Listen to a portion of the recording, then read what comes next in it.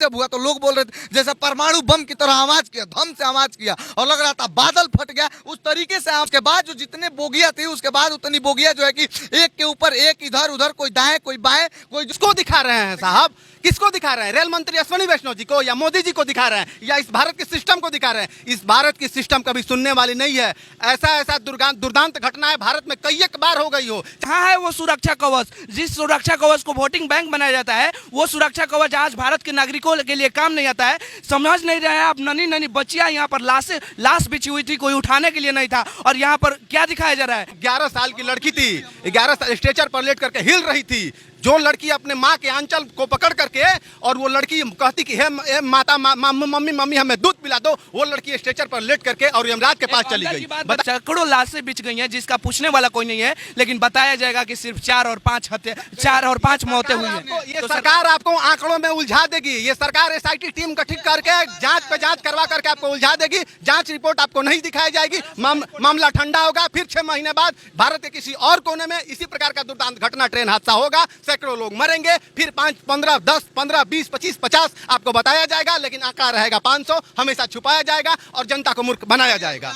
ये ट्रेन जो देख रहे हैं आप, इसके फरकच्चे जो उड़ चुके हैं, ये ट्रेन नॉर्थ ईस्ट है और ये दिल्ली से कामाख्या जा रही थी।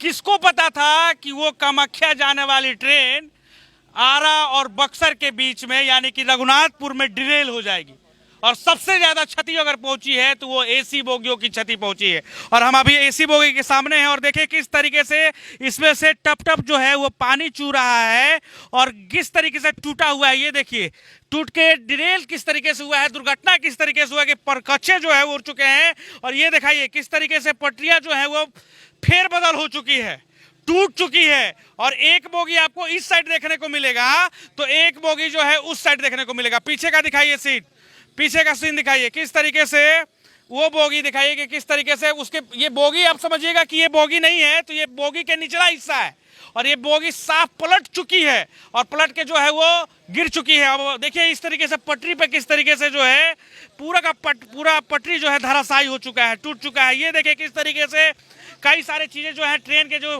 पार्ट्स होते हैं वो गिरे हुए हैं, पड़े हुए हैं। आइए हम बात करते हैं, कुछ पत्रकार यहाँ पे आए हुए हैं जो यहाँ पे न्यूज कवर किए हैं और सबसे पहले ये पहुंचे थे। क्या कुछ घटना देखा आप लोगों ने, क्या कुछ हुआ था बताइए। देखिए यहाँ पे घटना जो भी हम आपको बताएंगे, यहाँ पे सबसे पहले पहुंचने का हम लोगों ने काम किया, हमारी टीम सबसे पहले पहुंची। लेकिन जो स्थानीय लोगों का कहना है, हम लोगों ने स्थानीय लोगों से बात किया और स्थानीय लोगों का जो कहना है वही बात हम आप लोगों को बताएंगे। स्थानीय लोगों का कहना है, शुरू से और सिलसिलेवार तरीके से आपको बता रहे हैं। स्थानीय लोगों का कहना है कि जब जो है कि ट्रेन ढाले से पार की और जब क्रॉस की तो ट्रेन इतना स्पीड में थी। ढाले का मतलब समझिए, बहुत सारे लोगों को नहीं पता। बता दे रहे हैं, ढाले का मतलब क्रॉसिंग, जो कि ये बैरियर गिराया जाता है, क्रॉसिंग ना वही है। और यहाँ से जब ट्रेन क्रॉस की रघुनाथपुर आउटर, हाँ रघुनाथपुर आउटर, और जब ट्रेन क्रॉस करती है, क्रॉस करने के बाद जो है इतना तेज आवाज आता है और बोलते हैं कि बहुत स्पीड में ये गाड़ी थी, बहुत स्पीड में परमाणु बम जैसे विस्फोट किया। कि जब मतलब ये हादसा जब हुआ तो लोग बोल रहे थे जैसे परमाणु बम की तरह आवाज किया, धम से आवाज किया और लग रहा था बादल फट गया, उस तरीके से आवाज किया। उसके बाद जो है कि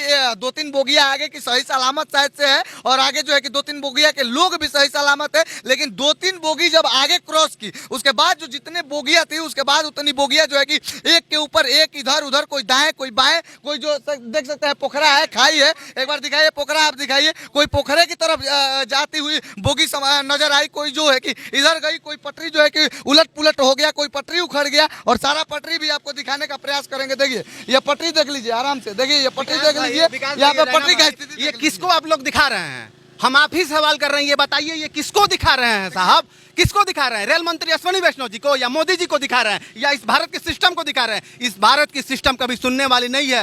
ऐसा दुर्दांत घटनाएं भारत में कई एक बार हो गई हो, चाहे भाजपा की सरकार हुई, अभी बालेश्वर में ही हुआ, जस्ट की सरकार रही हो चाहे कांग्रेस की सरकार रही हो, दोनों सरकारें जब जब रही हैं हमेशा दुर्घटनाएं हुई है और हमेशा इस देश की मीडिया दिखाने का प्रयास किया है और सवाल करने का प्रयास किया है। लेकिन क्या सवाल करने से उसका जवाब मिलता है? नहीं मिलता है। यहाँ पर खड़ा होता है कि कहाँ है वो सुरक्षा कवच? जिस सुरक्षा कवच को वोटिंग बैंक बनाया जाता है, वो सुरक्षा कवच आज भारत के नागरिकों के लिए काम नहीं आता है। समझ नहीं रहे हैं आप। नन्ही नन्ही बच्चियां यहाँ पर लाश बिछी हुई थी, कोई उठाने के लिए नहीं था। और यहाँ पर क्या दिखाया जा रहा है? हमने देखा लाश किस तरीके से पत्र हम आपको विजुअल दे देंगे। 11 साल की लड़की थी, 11 साल स्ट्रेचर पर लेट करके हिल रही थी। जो लड़की अपने माँ के आंचल को पकड़ करके और वो लड़की कहती कि हे माता मम्मी मम्मी हमें दूध पिला दो, वो लड़की स्ट्रेचर पर लेट करके और यमराज के पास चली गई। बता रहे हैं रैना जी आपको, ये सच्चा पत्रकार होने के नाते कि यहाँ पर ये मंजर है कि सैकड़ों लाशें बिछ गई हैं जिसका पूछने वाला कोई नहीं है, लेकिन बताया जाएगा कि सिर्फ 4 और 5 मौतें हुई हैं। ये सरकार आपको आंकड़ों में उलझा देगी। ये सरकार एसआईटी टीम गठित करके जांच पे जांच करवा करके आपको उलझा देगी। जांच रिपोर्ट आपको नहीं दिखाई जाएगी, मामला ठंडा होगा, फिर 6 महीने बाद भारत के किसी और कोने में इसी प्रकार का दुर्दांत घटना ट्रेन हादसा होगा, सैकड़ों लोग मरेंगे, फिर 5, 15, 10, 15, 20, 25, 50 आपको बताया जाएगा, लेकिन आंकड़ा रहेगा 500, हमेशा छुपाया जाएगा और जनता को मूर्ख बनाया जाएगा। देखिए एक ट्रेन दुर्घटना होने के बावजूद भी यहाँ पे बिहार में दूसरा ट्रेन दुर्घटना देखने को मिला है, और में जस्ट हुआ है देखने को मिला। तब पर भी अभी भी देखिए रेलवे का कोई भी अगर सुरक्षा का बात किया जाए तो कुछ भी नहीं सुरक्षा किया है। खाली आपको कागजी पे मिल जाएगा कि ये रेलवे का सुरक्षा कर दिया गया, ये काम किया गया। और देखिए कहीं हम एक सवाल पूछ रहे हैं, डीआरएम साहब जो है वो आंकड़ा पेश कर दे कि उनके इस जोन में कितने कर्मचारी हैं और कितने कर्मचारियों का रिक्त पद खाली है।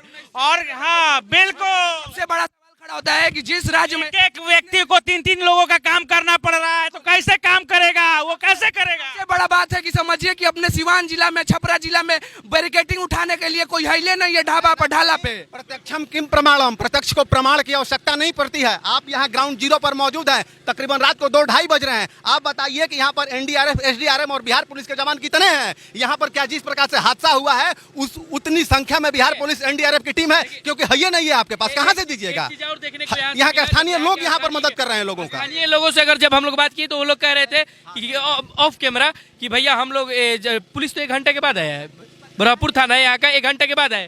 1 घंटे से हम लोगों को हटाना बढ़ाना, जो अंदर से जो लोग क्षतिग्रस्त थे उन लोगों को, जो दुर्घटना में थे उन लोगों को बचा रहे थे, निकाल रहे थे बाहर हम लोग। बाकी प्रशासन भी लेट से यहाँ पे सवाल पूछेंगे कि आखिर दुर्घटना क्यों घट रही है, आखिर इस तरीके से लोग जो है वो क्यों घायल हो रहे हैं और मर रहे हैं, आखिर उनका जिम्मेदारी कौन लेगा, इनका कसूर क्या था, आखिर इनके साथ ऐसी घटनाएं क्यों हुई। देखिए ट्रेन की किस तरीके से जो है पटरियां तिरछी हो चुकी है, बेंड हो चुका है ये पूरा का पूरा पटरी जो है वो सिस्टम जो है वो जो